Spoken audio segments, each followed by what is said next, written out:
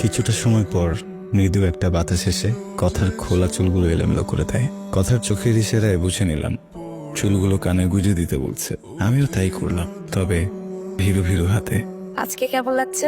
মানে আমাকে ভালো। শুধু ভালো? আমি কিছু বলতে গিয়েও বলতে পারলাম না। কেমন একটা অস্বস্তি কাজ করছে নিজের ভেতরে। তুমি কি নার্ভাস? মানে কিছু নিয়ে টেনশন করছো? তাহলে কথা বলো না কেন?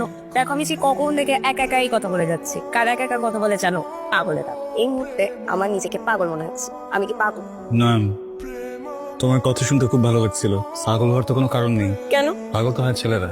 কথাটা শুনেও আমার দিকে একটু কেমন করে যেন তাকিয়ে থাকতো। আমি কি বলবো, কোনো কথা খুঁজে না পেয়ে ওকে বললাম, তুমি যখন চুলগুলো কান বুঝে খুব ভালো দেখায়, সুন্দর দেখায়। আজ যে তুমি নিজে চুলগুলো বুঝে দিলে, তোমার কতটুকু ভালো লেগেছে? আপনাদের আপনার পৃথিবীতে তৈরি হয়নি। আর কি কি ভালো লাগছে? কাজল দেওয়া চোখ, মন খুলে হাসি।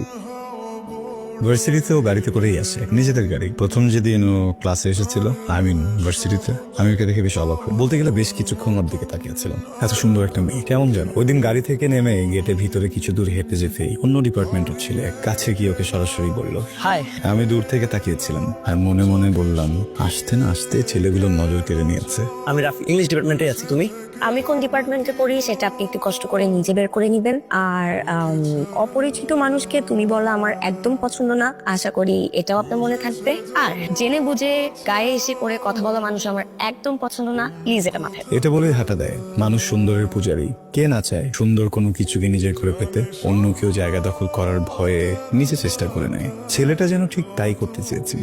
আহা বেচারা। আমার ক্যাম্পাসের ঠিক পাশেই আমার খুব পছন্দের একটা রেস্টুরেন্ট আছে, সানসেট ভাইব। যদিও পছন্দ হওয়ার বিশেষ কিছু কারণও আছে।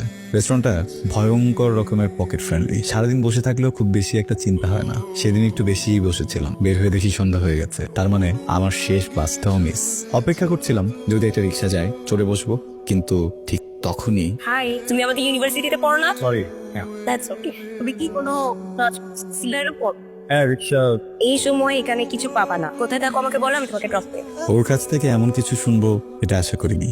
একটু হতভম্ব হয়ে গেছিলাম। হাই। Thank you. না, আমি একটু আমার মতো করে চলে যেতে চাই।